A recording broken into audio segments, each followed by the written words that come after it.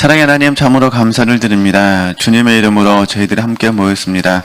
이 시간을 붙잡아 주시고 저희들에게 필요한 말씀 공급하여 주시고 하나님의 풍성한 생명으로 저희들을 인도하여 주시고 붙들어 주시옵소서. 예수님의 이름으로 감사하며 기도드립니다. 아멘. 네, 책으로는 94쪽입니다.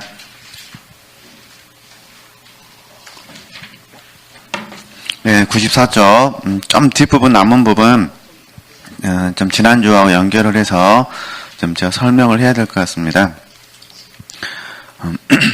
우리 내면에는 찾으셨죠? 네, 오직 하나님만 보실 수 있는 것이 존재하며 그분은 그것을 살펴보신 후 우리 94쪽 네, 밑에서 세 번째 줄 네네 다시 읽겠습니다. 우리 내면에는 오직 하나님만 보실 수 있는 것이 존재하며 그분은 그것을 살펴보신 후 우리의 자유를 침범하시지 않는 상태에서 우리 안에서 정결케 하는 작업을 계속해 나가신다. 네.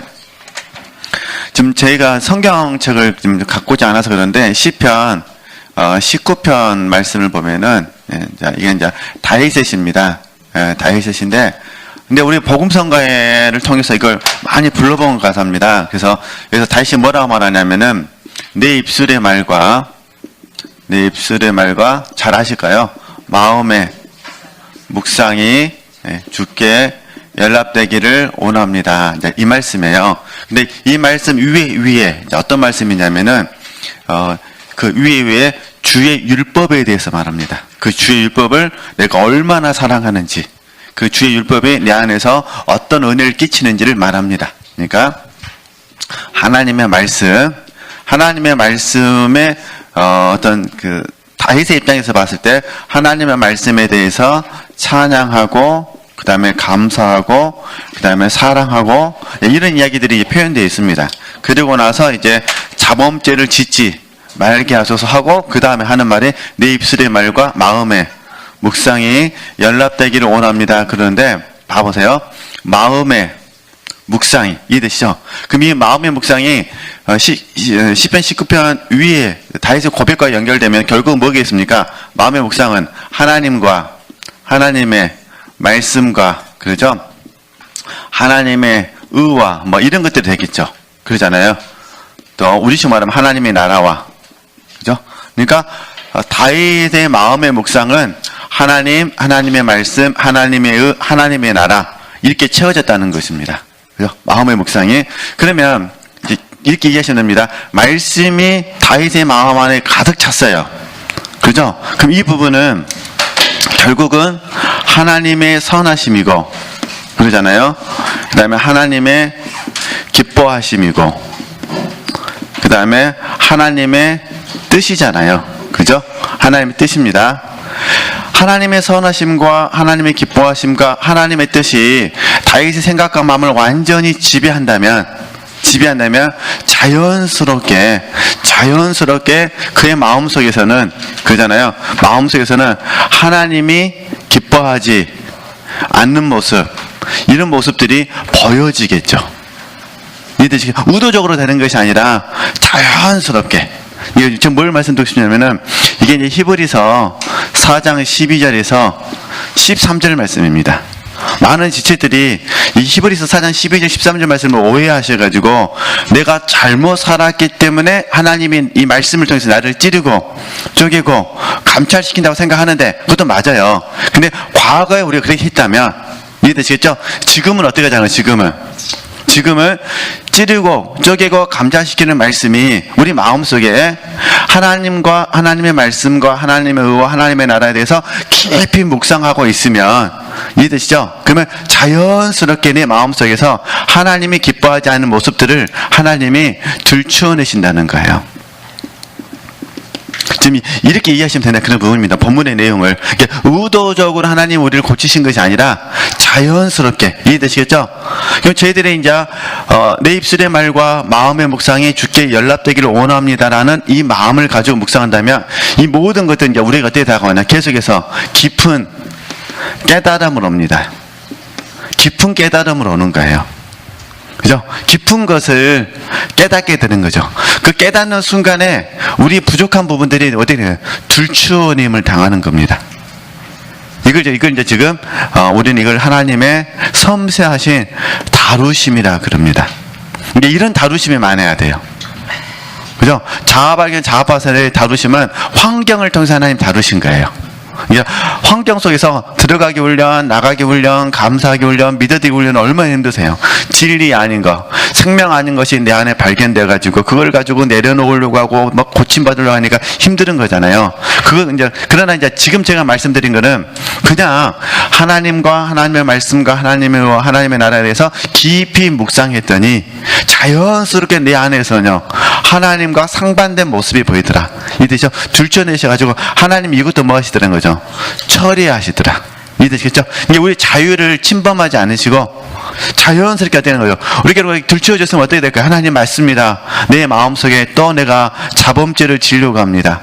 고의로 지려고 하는 거. 아니면 하나님 내가 또 무심코 내가 또 잘못했습니다.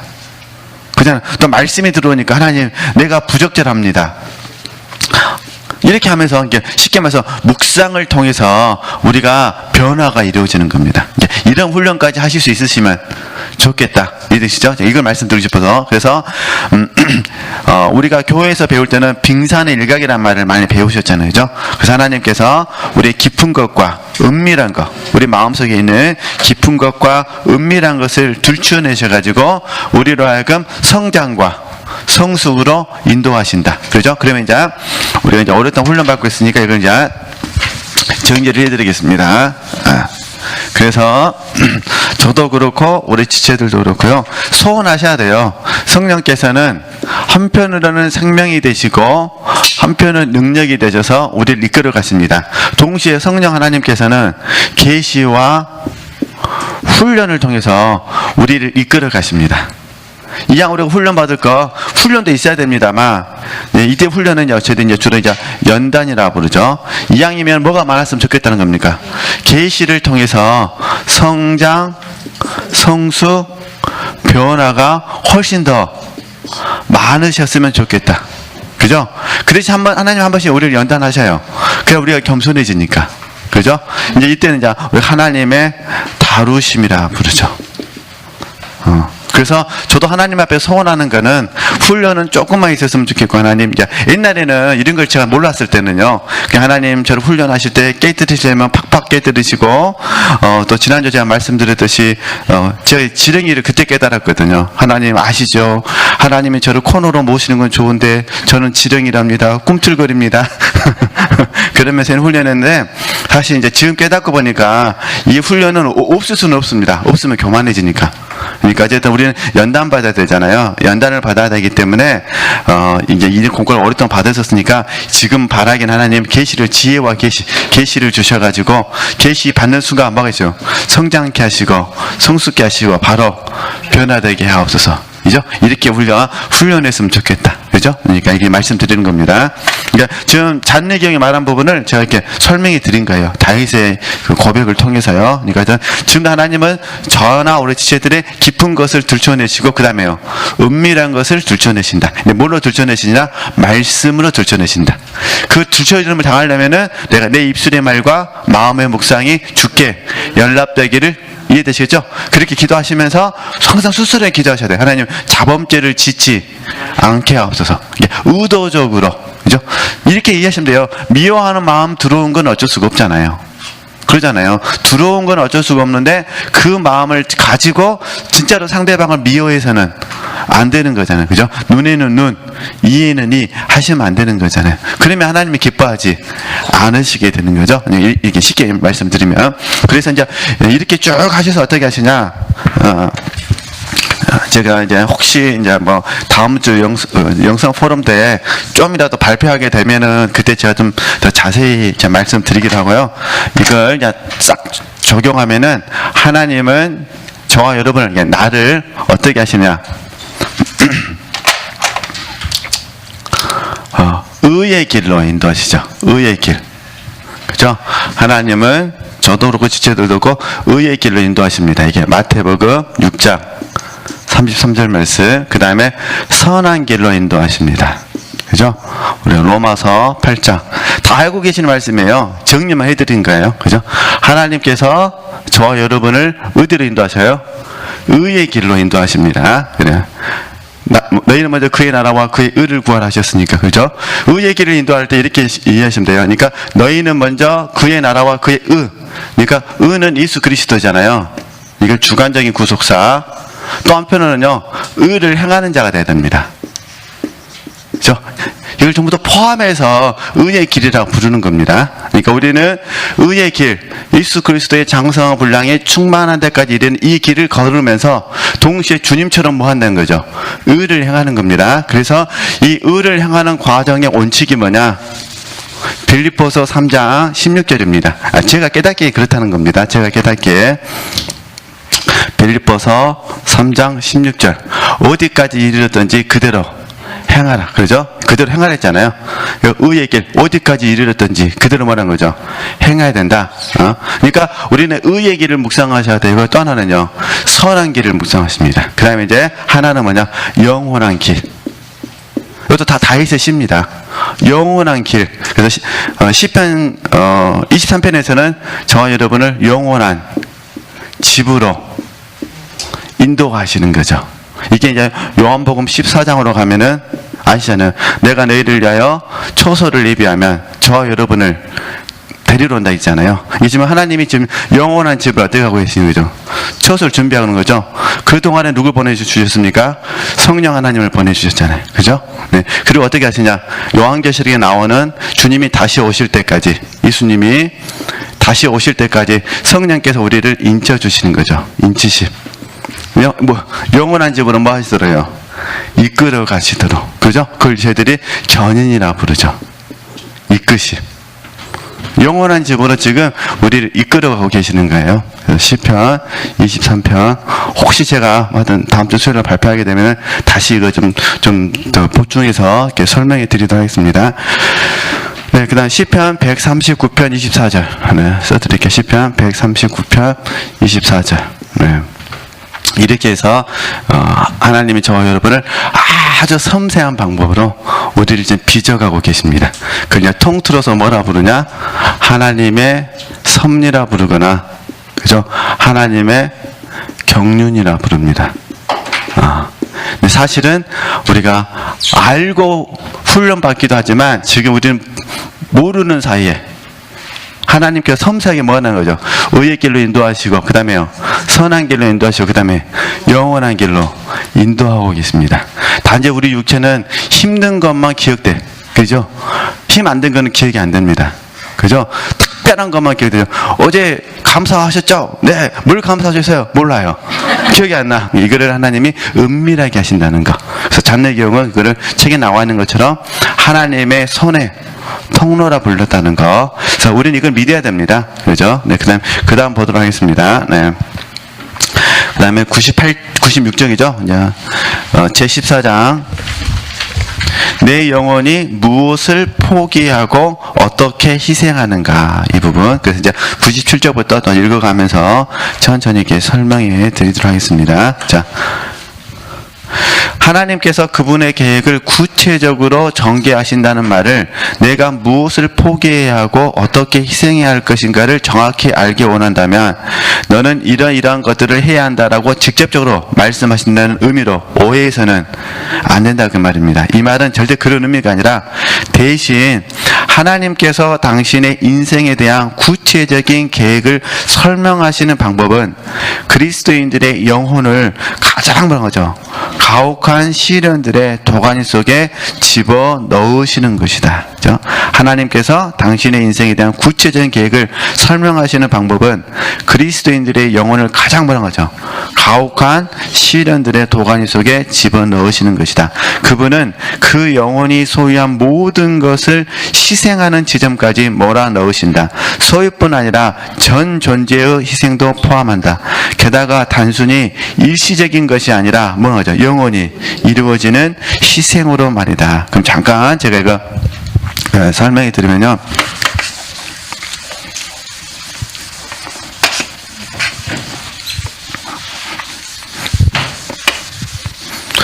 이게 계속 반복되어지는 이제 부분이거든요. 그러니까 지금 우리가 이전에 복음의 기초, 복음의 기초라는 책을 통해서 하나님께서 저와 여러분에게 구원을 이루시는 방법에 대해서 공부를 했어요.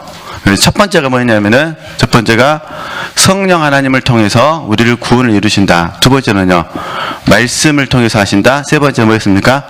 영적 지도자를 통해서 하신다. 그 네 번째가 뭐냐면 환경을 통해서 하신다. 이렇게 배웠어요. 그죠? 그리고 환경이 세 가지로 나눠졌어요. 첫 번째가 뭐였냐면은 은혜를 베푸신다. 두 번째가 고난을 베푸신다. 세 번째가요, 징계. 맞죠? 징계. 이때 이제 고난은 이제 하여튼 넓은 의미로는 고난하고 징계는 다 연단에 들어가거든요. 그럼 이제 지금 이 책에서 말하고 있는 부분은 뭐냐면 이제 고난입니다. 고난. 그러잖아요. 고난을 통해서 지금 하나님 뭐 하신다는 거죠? 예, 그죠. 시련의 도가니니까. 우리를 이끌어 가신다. 그죠? 고난. 그래서 우리 성경에서 예를 들면은 다니엘 세 친구. 그죠? 그 다음에 에스더. 그죠? 모르드게. 쉽게 예를 들면 이런 부분입니다. 근데 봐보세요. 다니엘도 세 친구도 엄청난 은혜를 입었습니다. 그러잖아요. 엄청난 은혜를 입었는데 갑자기 한번 뭐가 찾아온 거죠? 고난이 찾아옵니다. 그죠? 사실 모르드게와 에스더에게도 얼마나 은혜를 많이 입었습니까? 그죠? 근데 이제 갑자기 그냥 하만 때문에 에스더와 모르드게가 뭐가 찾아오는 거죠? 고난이 찾아옵니다. 그죠? 이게 하나님께서 저와 여러분에게 가만히 묵상해 보면은 사실 고난과 징계도 있지만 뭐가 더 많겠습니까? 은혜가 엄청나게 많습니다. 하나님이 저와 여러분 은혜로 지금 구원을 이끌어 가시는데 특별히 어떤 경우를 말하는 거죠? 고난을 통해서 이끌어 가신다는 거. 이해되시죠? 그러니까 제가 오늘 고난을 공부하는데 또 고난에 빠지시면 안 되기 때문에 제가 다 써드리는 겁니다. 이해되시죠? 우리는 사실은 고난보다 뭐가 더 많다는 거죠? 은혜가 훨씬 많습니다. 그래 공평하지 않겠습니까? 그죠? 그러니까 은혜가 훨씬 많고 그 다음 뭐가 있는 거예요? 고난 조금 있는 겁니다. 이게 육체에게 항상 가르쳐야 돼요. 우리가 자칫 영성훈련을 잘못하다 보면요 서로 고난을 자랑하고 있습니다. 그럼 큰일 납니다. 내가 얼마나 고난 많이 그러면 안 됩니다. 고난 많이 받았는데 뭘 이루지 않았어요? 구원을 이루지 않았어요. 그럼 뭐 한 거예요 지금? 헛되게 이제 고난만 연장된 겁니다. 이게 자랑하면 부끄러우게 자랑하면 안 됩니다. 이제 고난이 내게 유익이라. 어찌됐든 이렇게 이 고난 이제 그걸 말씀드리고 균형 감각을 이루고 싶어서. 그러니까 모든 사람에게 은혜만 있는 것도 아니고 은혜도 있고 뭐가 있는 거죠? 고난. 그렇잖아요. 다니엘이 얼마나 억울하겠어요. 바벨론에서 세 번째 서열 안에 들었는데 한순간에 사자굴에 들어간다면 육체로 다니엘은 안 그랬겠지만 우리라면 어떻게 되고 우리라면 하나님 이게 뭡니까? 그러잖아요. 죽이려면 차라리 모든 걸 경험시켜 주시는 그냥 세 번째 위치가 바벨론은 전 세계 그때 당시에 전 세계를 지배했던 나라거든요.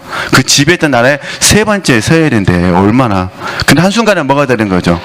고난이 찾아온 거잖아요. 그죠? 그러니까 제가 듣고 싶으면 어느 누구에게나 다 뭐가 찾아오는 거죠? 고난이 찾아오는데 이걸 우리는 하나님께서 저와 여러분을 구원을 이끌어 가시는 방법이다. 근데 이 고난을 통해서 뭐 하시냐? 육체의 책에 나왔기 때문에 설명하는 겁니다. 육체의 신뢰할 만한 것. 그죠? 육체의 신뢰할 만한 것. 네, 다시 봐보세요. 네. 그 영혼이 소유한 모든 것을 그러잖아요. 희생하는 지점까지 몰아넣으신다. 소유뿐 아니라 전 존재의 희생도 포함한다. 게다가 단순히 일시적인 것이 아니라 영원히 이루어지는 희생으로 말이다. 그렇다면 이런 희생이 어떻게 이루어지는 것인가? 내면의 길에 대해 저술한 어떤 저자는 우리가 그런 희생에 도달할 수 있는 유일한 방법은 자신에 대한 절대적 뭐라는 거죠? 절망이라고 말했다. 이 절대적 절망은 한 개인이 의지하던 모든 것이 뭐가요? 박탈당하고. 그러니까 육체의 신뢰할 만한 것, 우리가 지금 빌립보서 3장 1절에서 9절까지의 말씀이잖아요. 그죠? 빌립보서 3장 1절에서 9절 말씀. 육체의 신뢰할 만한 것이 뭐라는 거죠? 하나님 고난을 통해서 이거를 처리하신다. 그럼 이게 뭐가 되는 거죠? 신뢰한 것들이 없어지는 거예요. 이게 전적 뭐가 될까요? 무능이 되겠죠. 이렇게 되는 거예요. 그죠? 그러니까 저희 교회에서 가르치는 메시지나 아니면 우리 오치만이나 잔의경이 영적인 여정 가운데 가르치는 메시지를 가만히 보면은 결국 하나님 날마다 뭐 하시냐? 육체의 신뢰할 만한 것을 뭐 하는 거죠? 계속해서 허물어 드리는 거죠. 이게 사도 바울의 대단한 점은 이 육체의 신뢰하나 마는 것을 얼른 배설물로 깨달았다는 거. 그렇다면 얼른 그 다음에요. 해로운 것으로 깨달았다는 거예요. 그리고 올 본문에는 없지만 얼른 그 부분을 필요한 것으로 전환시켜 버렸다는 거예요. 이게 사도 바울의 대단한 점이에요. 무슨 말이냐면 사도 바울은 로마의 시민권자였거든요. 이해되죠? 로마의 시민권자였던 사도 바울은 그걸 의지하지 않았어요. 쉽게 말하면 이게 육체에 신뢰할 만한 것들 그 의지하지 않았다는 거예요. 근데 그거 가지고 뭐 하는 거죠? 필요한 곳에 사용하잖아요. 그래서 당시에 로마 황제 앞에 설 수가 있는 겁니다. 아무나 못 씁니다. 로마의 뭐이기 때문에 시민권자이기 때문에. 그러니까 필요한 것을 뭐 하는 거죠? 사용한 거죠. 의지한 것이 아니라. 그러니까 개인적으로는 배설물이고 개인적으로는 뭐겠습니까? 해로운 것인데 주를 위해서 뭐가 되어버리죠? 필요한 것으로 사용하게 되는 거죠. 지금을 하시겠죠? 그러니까 이렇게 이해하셔야 됩니다. 그래서 공부하는 학생이 잘못 적용해가지고 공부해봐 소용없어 이러면 큰일 납니다. 그죠? 그러니까 지체들이 독서 모임 할 거 필요 없어. 이거 다 육체 신뢰할 만한 것들이야. 이러면 독서 모임 망해버립니다. 그렇죠? 그러니까 독서 모임은 필요한 것이니까 뭐 해야 돼요? 사용하셔야 돼. 이렇게 적용하셔야 됩니다. 네. 그러니까 육체의 신뢰한 게 신뢰한다는 건 잘 아시잖아요. 신뢰하는 건 의지하는 거잖아요. 그리고 그것을 의뢰하는 거잖아요. 심한 경우에는 그것을 사랑하는 거예요. 의지하고 의뢰하고 사랑하는 거. 제가 이번까지 그 팀 켈러 책에 그 책을 읽지는 않았습니다만 제 나름대로 생각하는 우상은 뭐냐면요. 내가 의지하고 사랑하는 거. 내 마음속에서 의지하고 사랑하는 것을 저는 개인적으로 우상으로 늘 설명을 하거든요. 그러니까 의지하고 의리하고 그다음 뭐 하는 거죠? 사랑하는 것이 육체의 신뢰할 만한 것이 되는 겁니다. 이 주제로만 또 설명하려면 3, 40분 걸리는데 이걸 할 수가 없으니까 어쨌든 이게 뭐예요? 이게 무너져야 된다. 이게 무너질 때 나타나는 현상은 전적 무능입니다. 근데 사실 전적 무능을 좋아할 사람이 있습니까? 없습니까? 없습니다. 그러니까 영적 진보가 이루어지지 않는 겁니다. 하나님 어떻게 하시냐? 어두운 밤에 집어넣으셔가지고 전적 무능에 대해서 감사할 수 있도록. 저희 훈련원은 이거를 요단강체입니다. 그렇죠? 요단강체요. 나는 아무것도 할 수 없습니다. 아무것도 하려고 하지 않습니다. 하나님만 하시옵소서. 그래서 그 다음 나오는 단어가 전적 의뢰가 되는 거죠. 그죠? 지금 현재 전적 무능을 공부하고 있습니다. 네, 이렇게 해서 하나님이 저와 여러분을 이끌어 가시는. 그래서 고난을 통해서 구원을 이루시는 거예요. 그러니까 고난을 통해서 구원이 이루어진 사람은 육체에 신뢰야만 한 것들이 있어요, 없어요? 이제 점점 없어지는 거예요. 그렇게 이해하셔야 됩니다. 네. 그러면은 그래서 다시 97쪽 아랫부분 이제 이해되셨을 것 같아요. 이 절대적 절망은 한 개인이 의지하던 모든 것이 육체 신뢰할 만한 모든 것이 뭐 있습니까? 박탈당하고 그 다음에 하나님의 손에 무조건적으로 뭐란 거죠? 자신을 내어드릴 수밖에 없을 정도로 뭐죠? 강렬해야 된다. 이걸 저희들이 이제 뭐라 부르냐? 이미 다 알고 계시는 말씀인데 이게 내려놓음이 됩니다. 그래서 저희들이 내려놓음, 맡김, 때로는 더 강하게 말할 때는 상관치 않기가 됩니다. 그러니까 내려놓음, 맡김, 상관치 않기가 되려면요, 기본적으로 믿음이 있어야 되고, 이 믿음의 기초에서 소망이 있어야 되고, 이 소망의 기초에서 인내가 있어야 됩니다. 그래야 내려놓고 맡기고 상관치 않기가 됩니다. 물론 이제 사랑까지 더 깊은 사랑까지 가면 제일 좋죠. 그렇잖아요. 왜냐면 사랑은 모든 것을 바라고 참고 견디고 이렇게 하는 거니까. 그러니까 믿고 믿음 안에서 뭐가 생기셔야 돼요? 소망이 생깁니다. 왜냐하면 하나님에게 소망이 있으니까. 그 다음에 그 소망 가운데 잠잠히 하나님 바라는 거니까 인내가 되는 거잖아요. 그죠? 이렇게 얘기하도록 궁극적인 힘은 사랑이기 때문에 지금 이 이야기를 하는 거예요. 그죠? 다시 자신을 무조건적으로 자신을 뭐 하세요? 내어드릴 수밖에 없을 정도로 강렬해야 된다. 그래서 우리가 이제 히브리서 12장 말씀 잘 하시니까 히브리서 12장 1절에서 3절 말씀을 가만히 묵상을 해보면, 그죠? 이렇게 돼요. 묵상해보면, 무거운 것과 얽매이기 쉬운 죄를 버리고, 이게 내려놓고, 맡기고 말한 거죠. 상관치 않게 말라. 그 다음 어떻게 합니까? 인내로서, 믿음의 경주를 하고, 믿음의 경주, 그죠? 믿음의 경주, 그죠? 믿음, 어디합니까? 그 다음에 믿음의 주여, 또한 온전케 하신 예수 그리스도를 바라보라, 그죠? 소망, 인내, 이렇게 되는 겁니다. 그러면서 사도 바울은 하나 더 부탁합니다. 물론 이제 히브리서 기자가 사도 바울이라고 가정한다면 하나 더 부탁하는 뭐냐? 선을 행해라. 여기까지 부탁합니다. 믿으시죠? 그러니까 우리는 연단받는 과정에 있으면서도 반드시 뭘 해야 돼요? 선을 행하셔야 돼.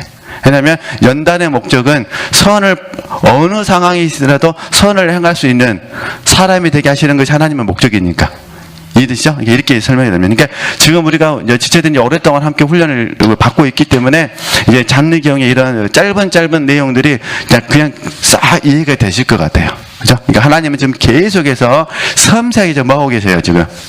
저도 그렇고 지체들도 그렇고 이제 계속해서 지금 훈련하고 계십니다. 그래서 이거 언제까지 하는 거냐? 죽을 때까지 육신의 장막집을 벗어버릴 때까지. 그래서 누가복음 9장 23절에서 날마다가 있는 겁니다.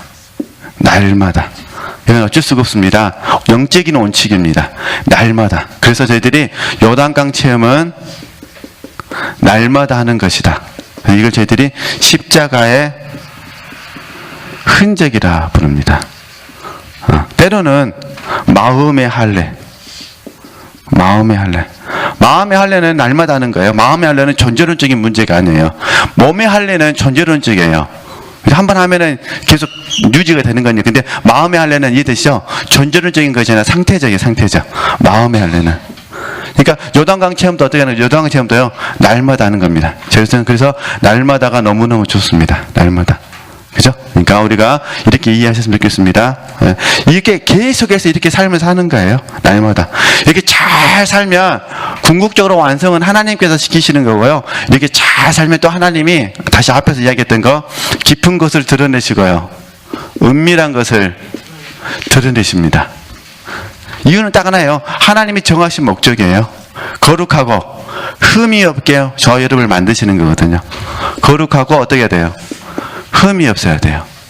이게 하나님의, 이게 에베소서 1장 말씀이잖아요. 거룩하고 흠이 없게 만드는 거. 지금 실제적으로 거룩하고 흠이 없게 되어지는 거죠. 그죠? 이 과정 속에서 잘 살다가 이제 딱 하나님께서 직관을 통해서 얼마 남지 않았다고 감동을 주시면 어떻게 될까요? 그러면 우리는 디모데전서 4장 7절에서 8절 말씀처럼 이제 의의 면류관이 나를 위해서 예비되었다는 걸 알게 되죠. 아니까 죽음을 어떻게 맞았냐면 죽음을 소망 가운데 마는 거죠. 상 받으려면 빨리 받아야죠. 굳이 미룰 필요가 없잖아요. 할렐루야. 만약에 예를 들어서 우리 지체들에게 일주일 후에 상 준다, 어마어마한 상을 준다. 일주일이 빨리 가겠습니까? 늦게 가겠습니까? 더디 가죠. 이제 빨리빨리 갔으면 좋겠죠. 지금 의의 면류관을 내가 받을 날이 지금 가까워지면 어떤 마음 들까요? 빨리 가고 싶겠죠. 나는 빨리 가고 싶어 죽겠는데 옆에서 와갖고 더 있다 가라니까 열 받습니까? 안 받습니까? 열 받죠. 이 깊은 자리까지 우리가 속히 들어갔으면 좋겠습니다. 아직은 서운하죠. 빨리 가라가 아직 멀었는데 뭘 빨리 가. 이거는 영적인 걸로만 가능해요. 내 마음 속에서 의의 면류관이 보여야 돼요. 그죠? 저도 그게 소원입니다. 그래서 우리가 지혜와 계시형을 구하고 마음 눈을 구하는 거잖아요. 그죠? 이렇게 아시고 우리가 함께 계속 훈련해 보는 겁니다. 자, 그냥 보겠습니다. 대부분의 그리스도인들은 자신에 대해 절망한다는 것이 어떤 의미인지 잘 모른다. 그 절망의 완전한 극한, 그래서 자신의 진정한 모습을 정확히 있는 그대로 알게 되는 모든 절망 중에 절망을 경험한 그리스도인은 극히 많은 거죠. 드물다. 네. 자신의 진정한 모습을 발견한다는 것은 끔찍하고도 많은 거죠. 파괴적이다. 그래서 잔느경은 우리가 이전에 읽었던 다른 책에서 뭐라 말하냐면은, 그리고 특별히 예수 그리스도를 깊이 체험하는 책에서 뭐냐, 하나님 앞에 발가 벗겨진 상태라고 말합니다. 이해되시겠죠? 감출 수 있는 게 아무것도 없다, 이렇게 표현합니다. 자신의 진정한 모습을 발견한다는 것은 끔찍하고 파괴적이다. 하지만 당신이 자신에 대해 절망하면 할수록 하나님 어떻게 하는 거죠? 의지하게 된다는 사실을 기억해야 된다. 그 옆에다가 메모하시면 됩니다. 제가 이미 다 말씀드렸어요. 창세기 32장 야곱의 야복강가, 그렇게 생각하시면 됩니다.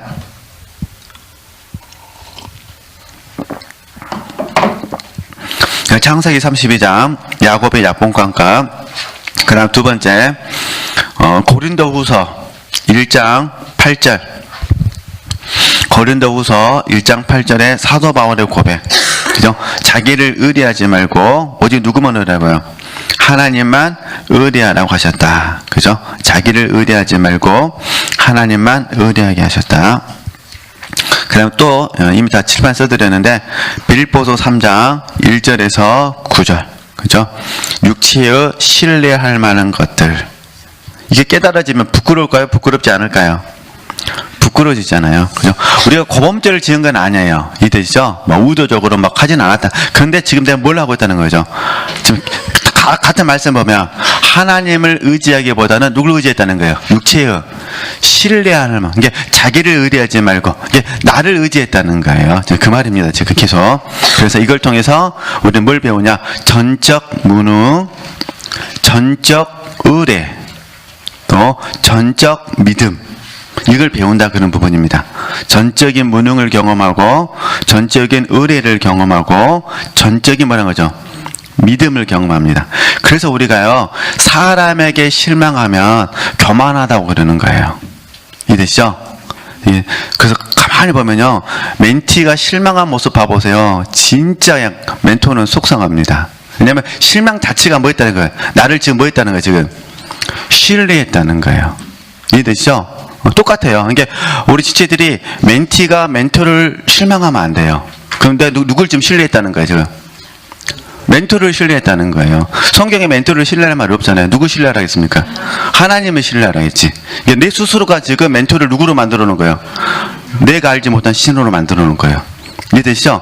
그러면 안 됩니다. 우리는 피차 하나님 앞에 서면은 어느 누구도 신뢰할 사람이 없습니다. 그러니까 실망하시면 안 됩니다. 근데 우리는 참 희한해요. 절대로 다윗 보고는 실망하지 않아요. 내 남편이 아니거든. 그러지 안 그러세요? 그러잖아요. 뭐 다윗 보고 실망하세요? 시편 51편 보고 찢어버리세요, 이 망할 놈이 새끼 하면서 이렇게? 안 그런다는 거예요. 얼마나 은혜를 받는지. 그래서 막 같이 눈물이 나와. 이 체험을 하셨더니 이게 이제 우리의 심각한 문제예요. 그러니까 일단 객관적으로 잘 보셔야 됩니다. 그래서 저 자신도 마찬가지입니다.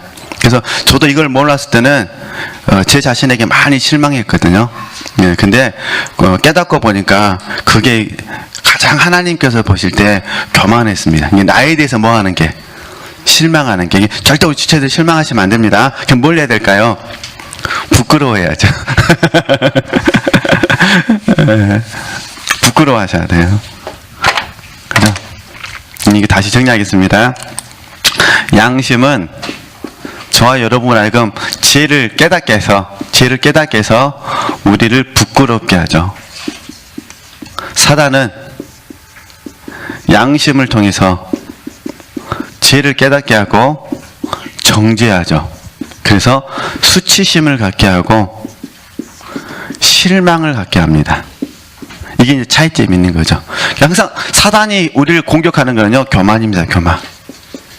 왜냐면 사단은 교만이 뭔지를 자기가 가장 잘 알거든요. 원래는 사단은 천사장이었잖아요. 루시퍼였잖아요. 근데 하나님 앞에 대적했거든요. 그게 교만이잖아요. 그러니까 교만의 정체를 가장 잘 아는 사람이 누구예요? 자기입니다. 자기. 그러니까 믿는 사람은 어떻게 넘어뜨려야 돼요? 교만을 통해서. 이게 교만하다는 것이 아니라 교만의 교묘한 것을 통해서 넘어뜨리는 거죠. 근데 그 교만의 한 정체가 뭐냐? 이해되시죠? 자기에게 뭐 하는 거예요? 실망하는 거예요. 절대 자기한테 실망하시면 내가 영성훈련 20년 했는데 이거밖에 안 돼. 그냥 하나님 앞에 교만입니다. 이해되시죠? 절대 그러시면 안 됩니다.